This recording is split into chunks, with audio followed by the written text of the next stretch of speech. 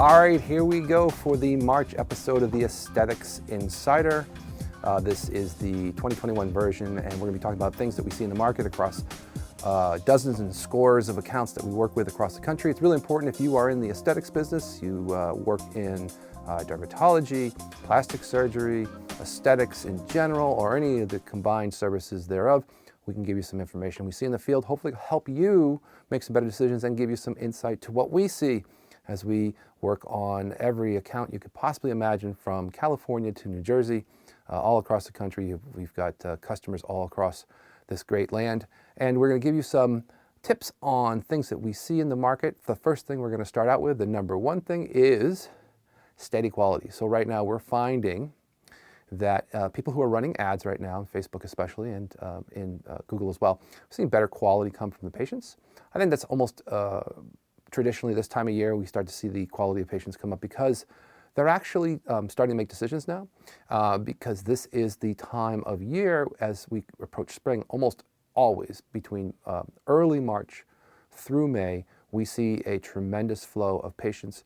It's the equity that you're going to be delivering from the ads that you run today that will deliver your long-term benefits. So if you're not out there getting these quality patients right now, somebody else is. So make sure that you are today, if you are in the business, you should be having some catchment out there to get new patients in, as this season is going to be one of the largest that we are going to see on record as people spring back from all the pandemic issues that are out there. We're going to see the opening up of a lot of things that weren't open before. And again, that means people are out. Obviously, we still have the Zoom face world, which is that people are still taking care of their skin. So there's a huge market as well. Being that this is going to be a new season for us for cool sculpting, we're seeing a lot of people coming in now, especially in the Northeast, for their first cool sculpting treatments. And usually these lasting, multiple times, so that they're thinking about May, June right now. They're getting themselves ready and they're going through their multi-treatments. So that's one of the biggest movers we have across the deck, both Midwest, Northeast, and even in the South as well, although they're a little further ahead of us here, but we're seeing the pickup happening right now. As we mentioned in the last episode in February, we are also seeing thread lifts. Thread lifts have been really incredibly important for a lot of practitioners who have some alternative ways to bring in different types of procedures that are, let's just say, out there that are less invasive. And this is one of the most promising procedures for crossover sales as well. We have a lot of uptick in this. As I said, from February, if you watched the first episode this year, we talked predominantly that this was a trend in the market and that we're seeing a lot of the practitioners move into this space because of the ways that it is actually beneficial for a lot of patients who maybe can't go under other procedures. The last thing I want to talk about is laser hair removal. Laser hair removal in the Northeast, especially right now, is taking off. The reason why that is obviously there is a 4 to 6 week period afterwards to not be in certain types of light and certain exposure because of the certain responses to the skin. So we are seeing those people pick up those services now. So it's a great time if you haven't had investment into maybe running some advertising for laser hair, which is a great revenue maker for a lot of practices. That is something that is going to get you on the board with some wins. We really want to encourage people to think through their processing, their language, their copy skills when they run ads. So don't just put up an ad and expect people to show up. Make sure you have an offer and good copy. If you want to work with someone like us, we'd be happy to help you out, or at least run it by somebody to make sure that you double check your language. Because the most critical point is that your patient is out there and you need to treat them the way that you treat them in a normal circumstance. Too much overusage of just throwing numbers out really confuses people. You need to make it super simple and easy for people to understand. We also are seeing, so this is the second thing that I want to talk about, we are seeing e-com as a huge drive now for a lot of the practices that we're working with.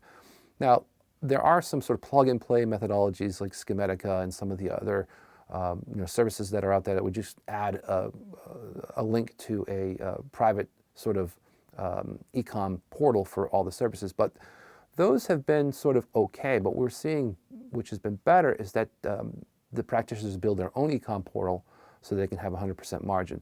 Now, this obviously does mean there has to be some thought in fulfillment, but at the end of the day, a lot of this is very simple, and it's very marginal and great product, great cross-sell, especially if you have a good base of customers. You can make thousands of dollars over a weekend with an offer that's put out into the market for your own services.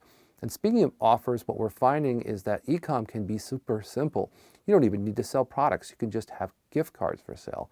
And just having the fact that someone could check out on your website and purchase gift cards through a very simple e-com system is something you can do to enhance your revenues right away. It's literally like bolting on 10 to 15% of revenue to your business just by having that, because you can also, when people check out and they leave your business, you can give them either a card that says, hey, give you 10% off if you shop on our website, or you can tell them that their next purchase can be X% off if they come in, X amount of times. There's so many ways to work an e-com store on your own. It's extremely important. In fact, what amazes me, we still only see about 50% of the med spas that we even work with have an e-com store. And just stymies me how people don't want to add this revenue section.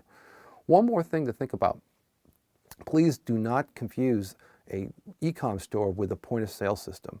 And that's one of the things that confuses customers as well, is that when you're trying to check out online, you want to make it as easy as possible to not lose the sale. And a lot of the challenges we face is that people are immediately trying to get it to connect to all their systems and go through their entire platform of their point of sale system. And it's not necessary. You can just set up a simple Stripe account and start taking orders and not worry about trying to incorporate it all within your entire infrastructure.